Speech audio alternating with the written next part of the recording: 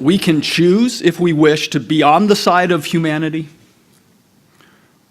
and do the hard work necessary, or we can shamefully decide that our fellow men, women, and children just aren't worth the effort. I think it was quite clear from even our first speaker, Eric Garcetti, when he talked about the causes of homelessness.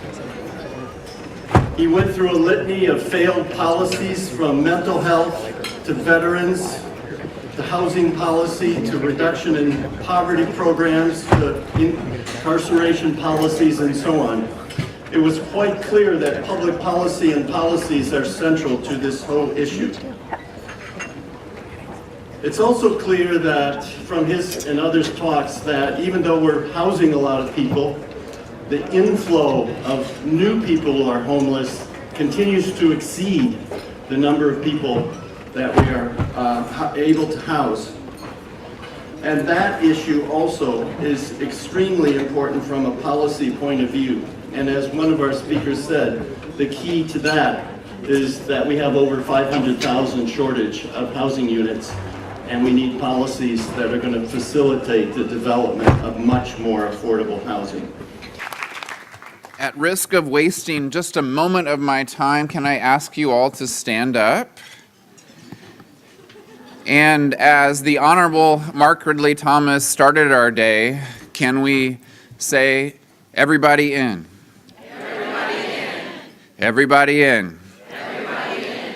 You can be seated if you want, or stand while I talk, but I did want to, in many ways, use that as the reference point for the challenge that was set before me as an academic, as a researcher, which what does it mean to be everyone in, everybody in, when it comes to solving one of our grand challenges of homelessness? And through a set of conversations, and Elise brought it up this morning with the United Way and with the Hilton Foundation and with many in the research community, we're going to soon launch officially something called the Homelessness Policy Research Institute. And so I'm just going to tell you a little bit about it. I realize, having sat in the back, that those of you in the back can't read any of the slides unless your eyes are much, much better than mine. But the idea in the Homelessness Policy Research Institute, I think I can read this one better than the one over here, is that it's going to bring together 30 policymakers. It's going to bring together local and national researchers who are looking at homelessness questions to design and coordinate timely, relevant, and actionable research to end homelessness in LA County.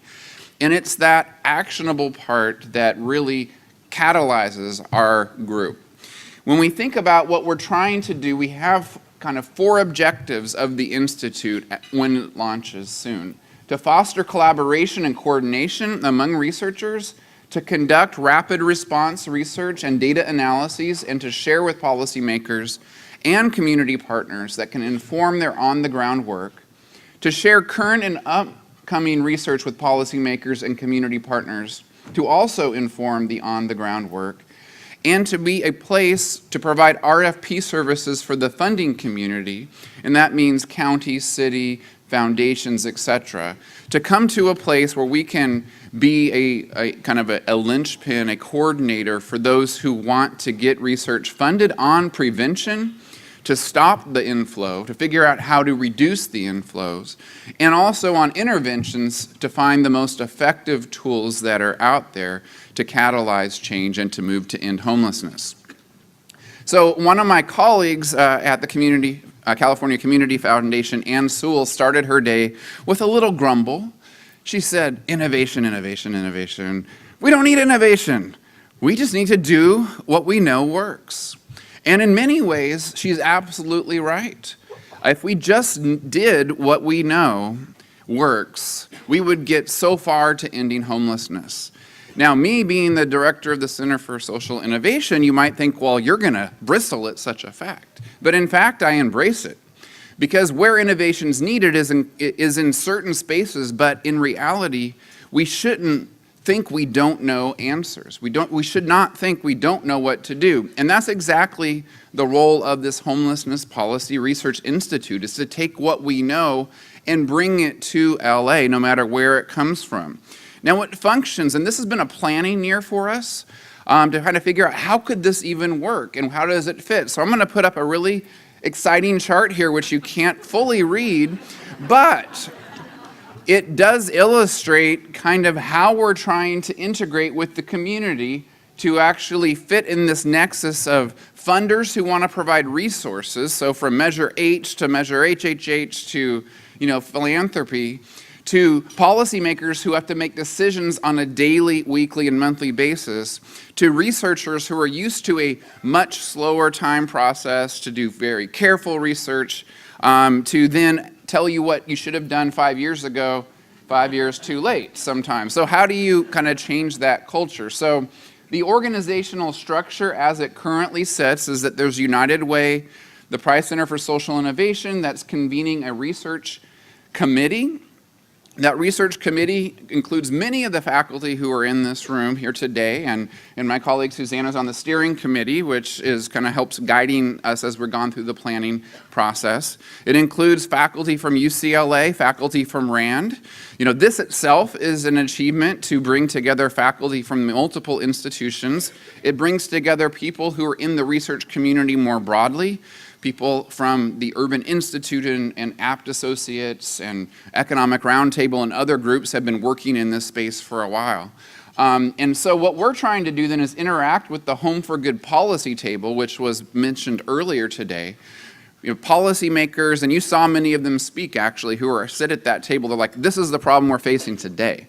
And we've created kind of what we call temporarily a conference committee to kind of figure out what is the research agenda that researchers know from a research standpoint. We know these are questions that haven't been answered. And from the policy table, they're saying, I need to know an answer today on how to reduce visible homelessness or street homelessness in this particular place. And so, it has been becoming the case now as people are starting to learn about this planning phase that we get calls on at least a weekly basis from either LASA, the city last week called and said, can you give us an answer on what 2 interventions work best for veterans and youth homelessness by Friday, right? So, those kinds of things are not what we're used to in the academy, but what we're really excited is to engage this research community, the policy community, the resources that are out there to actually take those next steps to end homelessness in LA County. Thank you very much. Where are the people with lived experience on your piano? Where are the people with lived experience? That is a great question, and I don't have an answer for you today other than we don't have them in this particular structure. But so we're getting that information now through a conduit, which is through the Home for Good and United Way policy table in those communities. But let's talk about that.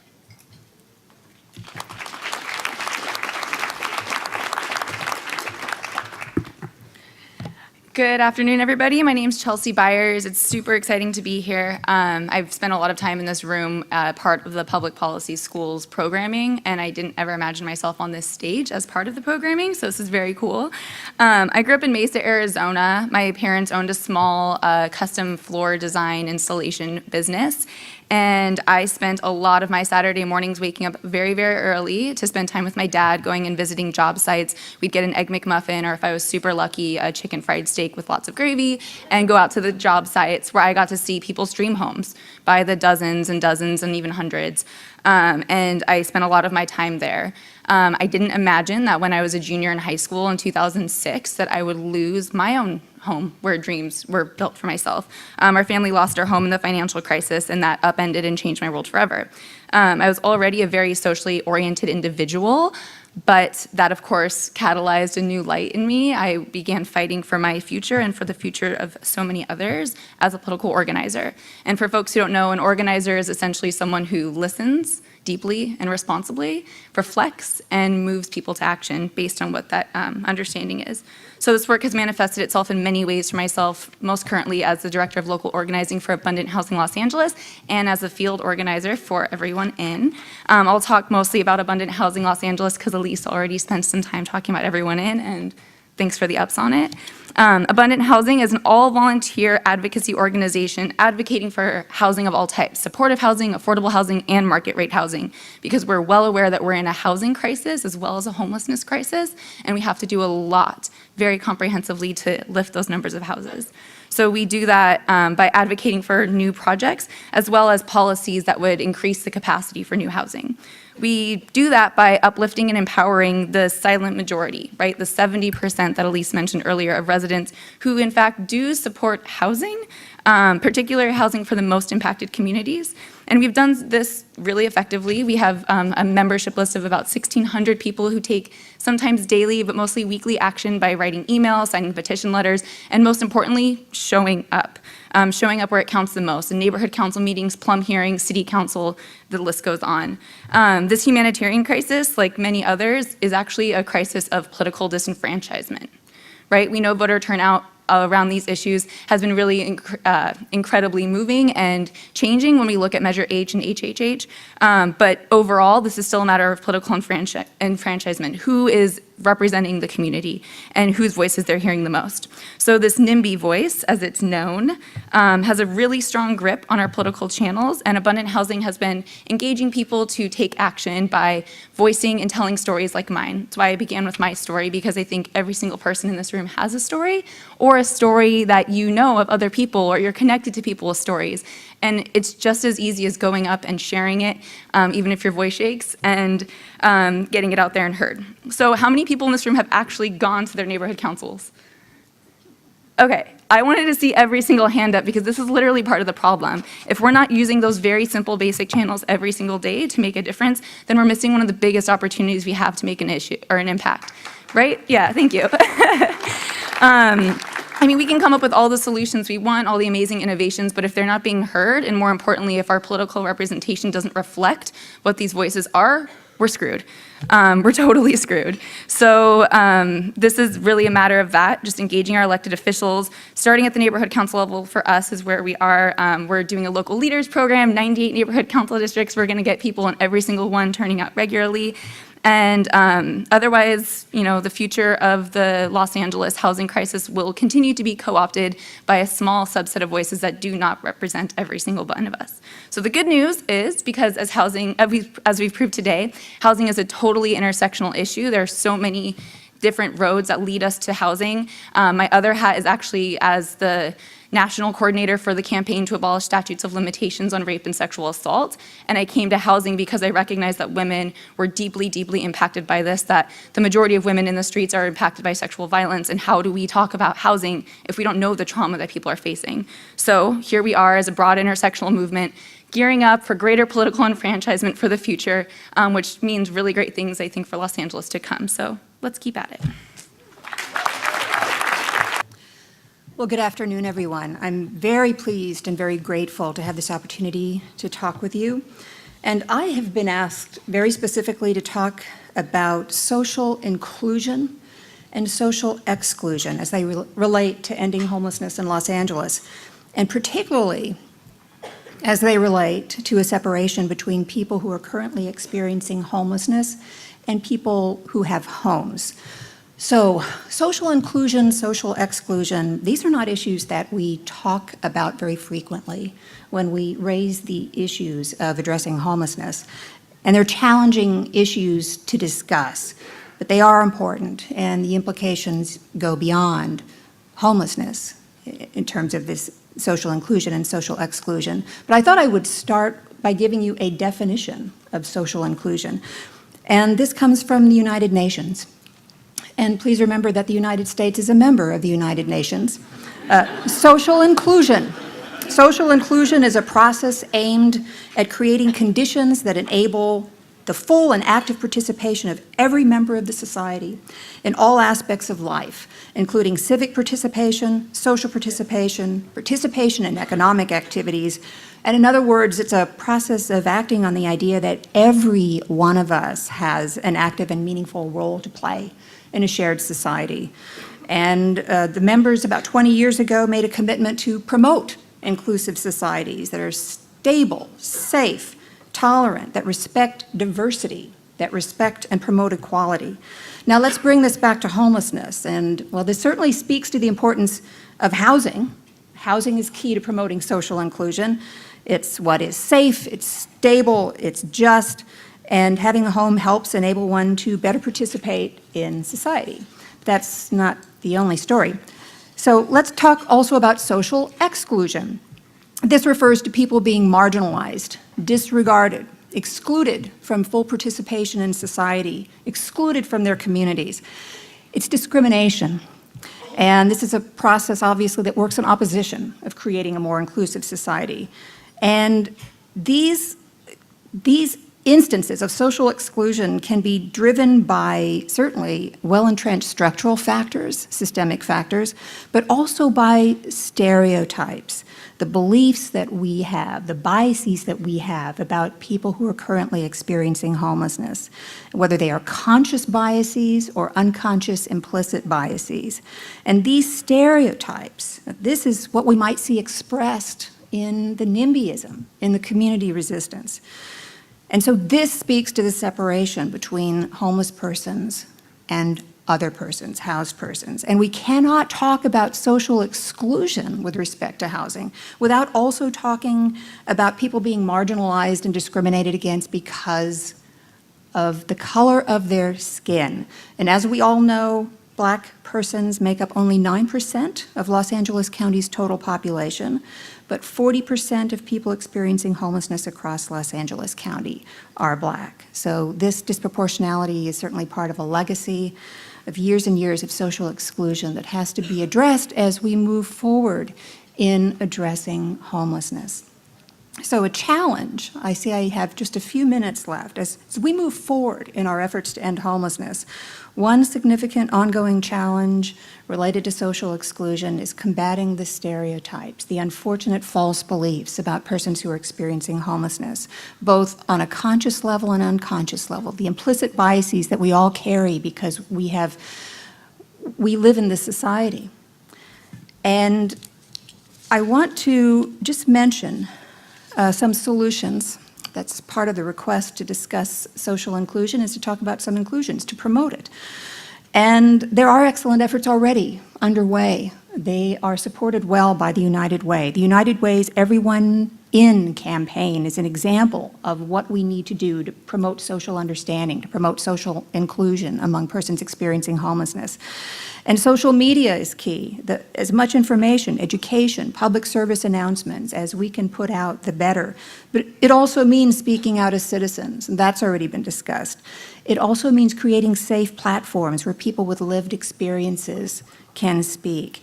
And I also want to note that interventions and solutions must also be driven by the people in the communities with the lived experiences. It can't simply be imposed from a top-down hierarchy. I'm doing my best, and I strongly believe that that is the way to create the most efficacious means of addressing this issue. And I also want to put in a word for professional diversity and inclusion training from the top levels of our institutions to the on-the-ground persons. Because again, I believe we all harbor implicit biases by virtue of having grown up in a society in which racism still exists and discrimination of various kinds exist among impoverished persons as well. I want to make one more point, thinking very broadly, that I would like to think about a next step to consider, that we might consider jointly, might be an expanded multi-level interagency approach to address the intersection of homelessness, poverty, and racism, persistent racism. And I will leave you with that because my time is literally up. Thank you very much. Well, good afternoon, everyone. And thank you first to USC for putting its energy and resources and brain power behind what is what is the number one issue that's concerning Angelenos. And I've been in public office now for about 12 years as a council member. Prior to that, I was a school board member for 4 years. I've seen a lot of polls throughout the years. And typically, we've seen the number one concern or the number one issue on voters' minds is education or crime or transportation. Those are usually the top, and then they interchange throughout the years. But in the last couple of years, homelessness has shot up to number one, and it's been consistent there in all the polls I've seen. And certainly, we've seen that in that the reasons for that, because prior to the last few years, homelessness was confined to concentrated areas in the city, such as Hollywood, Venice, downtown, and Skid Row. But now we see the encampments everywhere, we feel it everywhere, and certainly homelessness has increased from last year to this year, 20% jump in just 1 year, so we feel it. And it's not unique to Los Angeles. I mean, this is something that you probably heard earlier today. It's happening throughout the world, the country. What's unique about this to Los Angeles is that we do have the largest concentration of homeless who are living in our streets. In Skid Row, we have about 4,000 to 5,000 individuals who are considered homelessness, but about 2,000 of those are living on the streets each night. But I would say what has changed in the last 2-3 years from a city council perspective is that we are in a very different place. You see, prior to the last couple of years, the way we dealt with homelessness as a policy issue, we were simply reacting to the latest lawsuit, reacting to the latest writ that the court told us what we can and cannot do. We didn't have a proactive policy. Also, I've been on the council 12 years. What we saw is that the council member who represented Skid Row was responsible for homeless policy. We looked to that one person, but now everybody is hands on deck, and we've done a whole lot more. We have attempted to set the governance to address homelessness. A couple of years ago, I went up to Councilmember Weston and I said, hey, we need a homelessness committee to deal with homelessness each and every day, just like we do with transportation, public safety, and every other city policy. We set up that committee. Our objective when we set up that committee was then to create a strategic homeless plan that we've never had. We never knew what we were going to do proactively. We coordinated with the county so that they looked at their respective responsibilities and the city would look at its respective responsibilities. From that strategic plan, we wanted to do or approach the housing first policy or approach to addressing homelessness and provide more permanent supportive housing because we thought that that was the most effective way to address homelessness. So we passed or put out to the voters to support Measure HHH, and thankfully they supported it, $1.2 billion to create 10,000 units of permanent supportive housing over the next 10 years. After we passed that, and we saw that there was a long-term plan in place to address homelessness, we felt more comfortable moving forward with some more immediate things to do. And what is that? We need to find immediate sheltering, emergency sheltering, crisis sheltering, and something, as we've heard before, we're so short on those beds. So we went out and scoured, and we are scouring, we continue to scour, find public-owned facilities and parking lots so that we are able to put that emergency housing up right away. One of the first ones was at El Pueblo, where the mayor and I worked to establish an emergency crisis shelter that would go up this summer. We will house 60 to 70 individuals on a 3-month basis for 3 years. They would be there for about 6 months, but it's quite expensive. It costs about $1.2 million for setup, about $1.3 million to operate per year. But my answer to that, when people say it is expensive, I tell them, well, you know what? It's a lot more expensive to leave these individuals in the street with medical attention, police services, fire services, and everything else that goes with it. So I think the city is in a place now that's in a much better place. We have the resources with not only HHH, the county has H, we also have public opinion that is supporting us. I was yet 2 days ago at LMU where they released some results from some of their polling that they do on various issues throughout the city, and this is what it found. 72% of Angelenos would support the building of permanent supportive housing within 10 blocks or about 1 mile of their home. That is quite surprising because we do talk a lot about NIMBYism, but perhaps 1 or 2 projects get a lot of attention as being NIMBY projects, right? So there's a lot of support for it. 68% of Angelenos would support building permanent supportive housing within 5 blocks or about a half mile of their home. And they also found that 78% of Angelenos would be willing to pay more in taxes or fees to help decrease homelessness. That's very surprising. They just recently passed a quarter-cent sales tax for the county. which will provide $350 million more a year for social services and health services for homeless. And they're willing to do it again. They passed the HHH, and they're willing to do it again. So I think we are in a very good position where finally there's a lot of attention. The governance is being created. The county and the city is coordinating unlike any other time before. The resources are there. The public opinion is there to support it. And when I was in public policy school, I was always told there's windows of opportunity when you could pass good, creative, innovative policy, and I think this is the time. But we need more partners. Here locally, we got the momentum going, which is good, but we need the support of the state in some very critical places. One is support with mental health. Our mental health system is broken. We have to change definitions of when we could care for others and care the definition of when we could actually not only hold them for 78 hours and we have to let them go because of other court decisions. Secondly, we need more psychiatric beds. We simply do not have enough.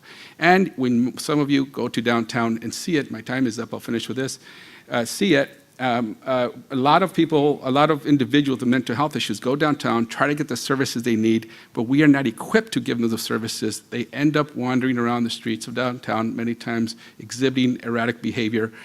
Untreated mentally health challenged people mentally health people are not dangerous, but untreated they are, and that is one place we need to fix our mental health system and support more people for affordable housing, because that leads to homelessness if we don't address homelessness. Thank you so much. Address affordable housing. Thank you so much.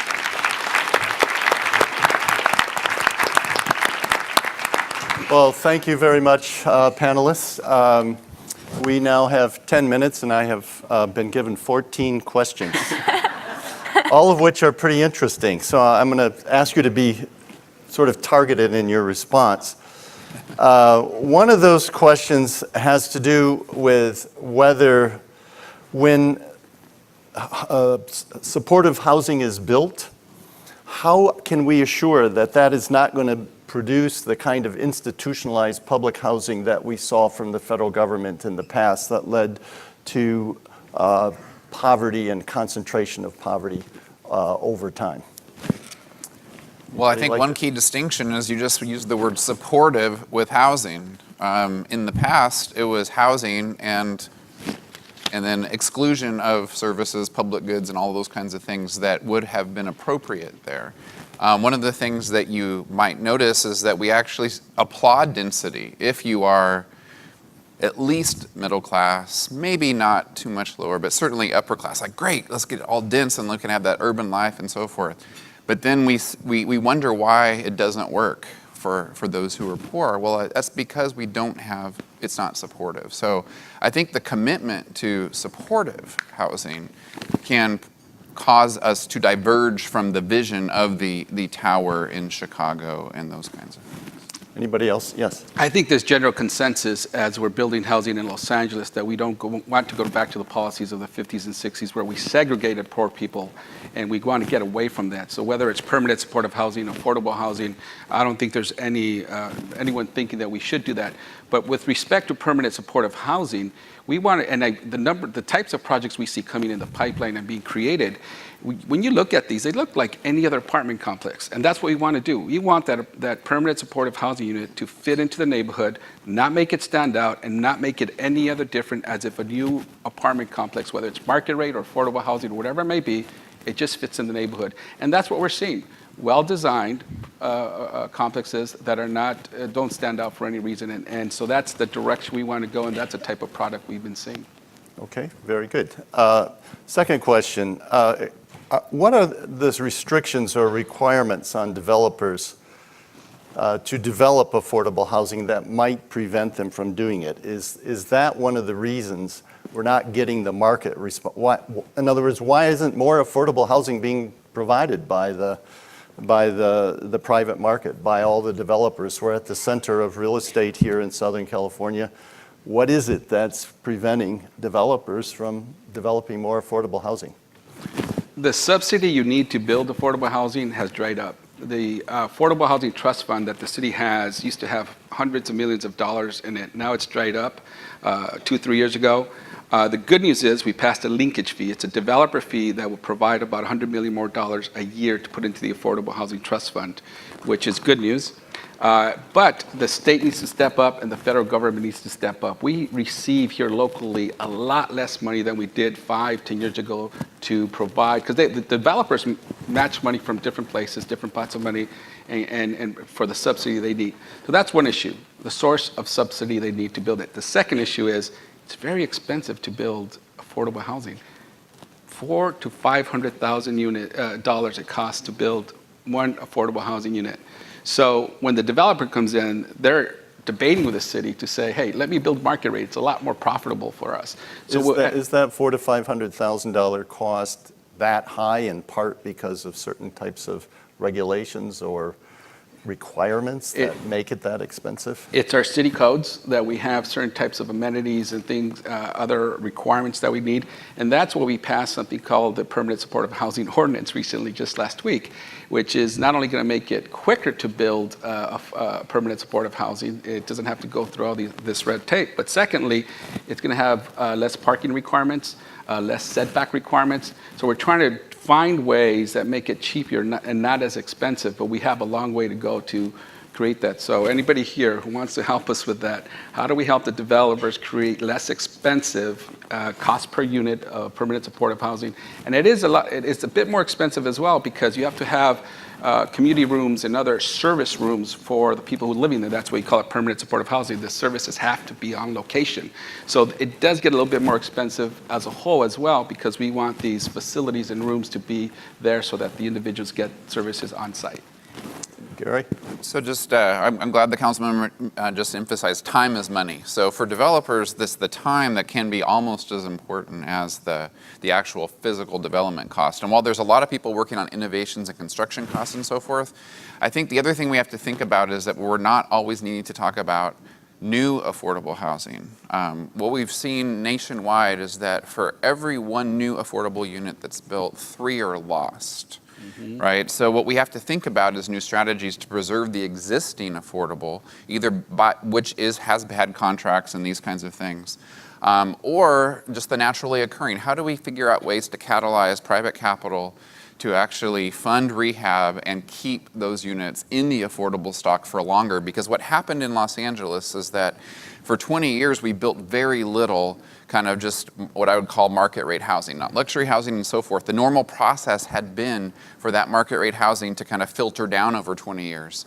We're now in that donut hole where that didn't filter down. And so we have to think about the preservation. And I know the city has some pilot programs and some money to kind of look at that, but there needs to be much more attention and resources placed in that direction. One final point on that. Affordable housing, when they initially built it, they have covenants that require them to keep it affordable for a certain number of years. We have so many expiring this year and ongoing, and the city has no revenue to go to the owner and say, hey, let's continue your covenants. And you're right, we're losing those. We had been focused so much on creation of new that we're losing those, and we have no revenue to help keep those affordable. This is a related question, and it has to do with gentrification. And you can see if you go around LA, it's happening in many neighborhoods.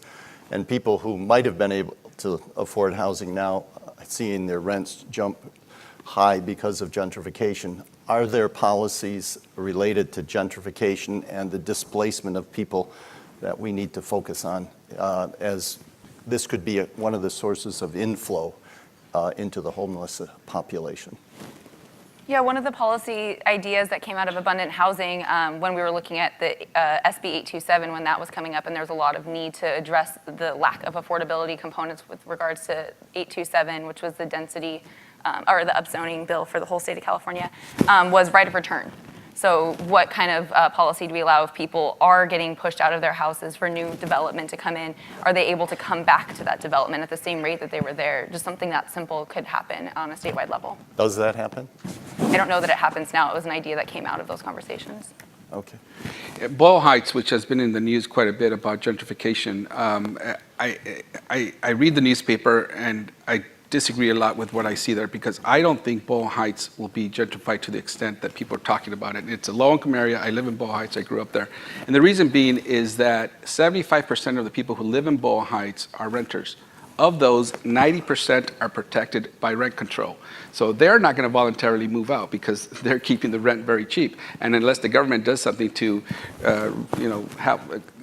expel them or displace them, they're going to be there. It's a permanent renter-based tenants that would now move out, and you won't see this mass displacement if that's how you define gentrification. But what we have to do, though, is to protect those tenants. They have to know their rights, because you do see a lot of harassment of tenants who the landowner would love to see them leave because they no longer have to pay the rent control. So they've tried to find different ways, and many of these individuals don't know their rights. So we started a campaign in Boyle Heights where we walked 15,000 units of rent control units and informed them about their rights and got them in contact with attorneys should they need assistance. And that's the type of protections we should do to protect low-income tenants from gentrification pressures. This was mentioned by one of the speakers. Is rent control and the expansion of it a policy that the city or county should pursue as part of the solution to this?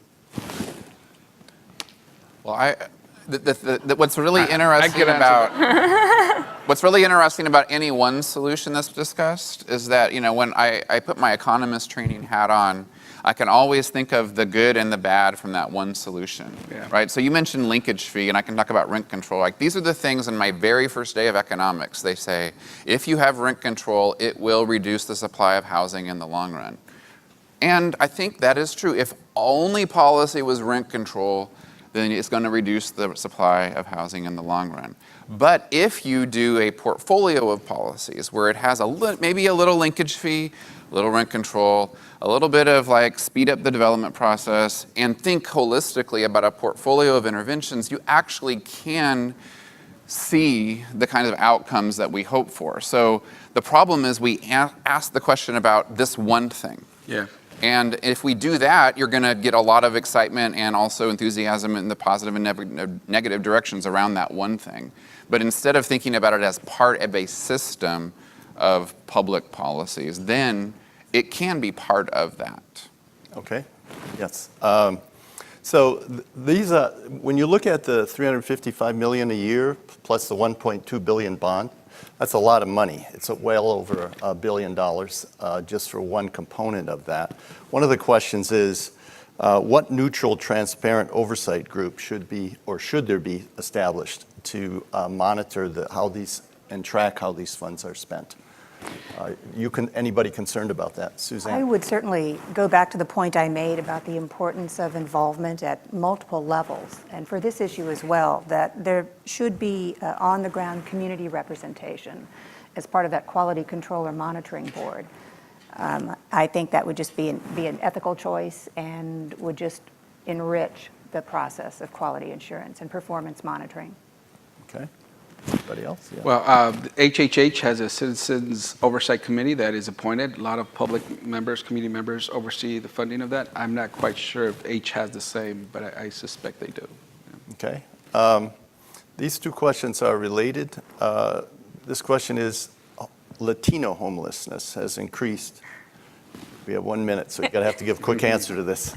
Latino homelessness has increased by 63%. How will the unhoused Latino population be included in the policy research that is proposed? And then related to that is, how will we provide supportive permanent housing for undocumented Angelenos? And are you looking at me because I'm Latino, the only Latino up here? Well, first of all, I would suspect that the reason you see a larger number of Latinos who are becoming or experiencing homelessness is because the largest demographic of people who are now becoming homeless are those who simply cannot afford to pay the rent. I mean, they're at the brink of paying check to check and they can't afford the rent, and that's a new demographic.